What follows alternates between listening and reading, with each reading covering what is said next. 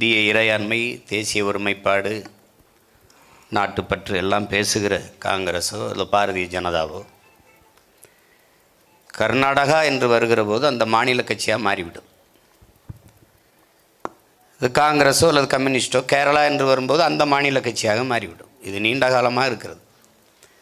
அதை தான் அவங்க சொல்கிறாங்க, இந்தியா என்று ஒரு கொள்கை முடிவு, மாநிலம் என்றபோது அதுக்கு ஒரு கொள்கை முடிவை எடுத்துக்கொள்வது.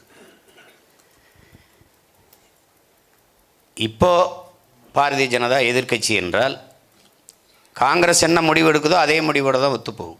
ஒரு சொட்டு தண்ணீர் தமிழர்களுக்கு கொடுக்க முடியாது தமிழ்நாட்டுக்கு என்றால் அதே அவர்கள் ஆளும்போது தான் அதே நிலைமை.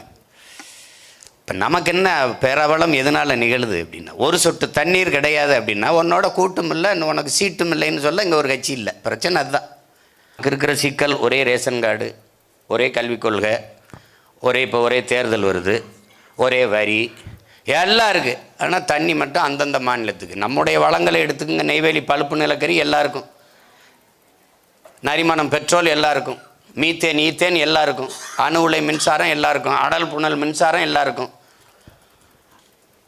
ஆனால் அவர்களுடைய நீர்வளம் அவர்களுக்கே.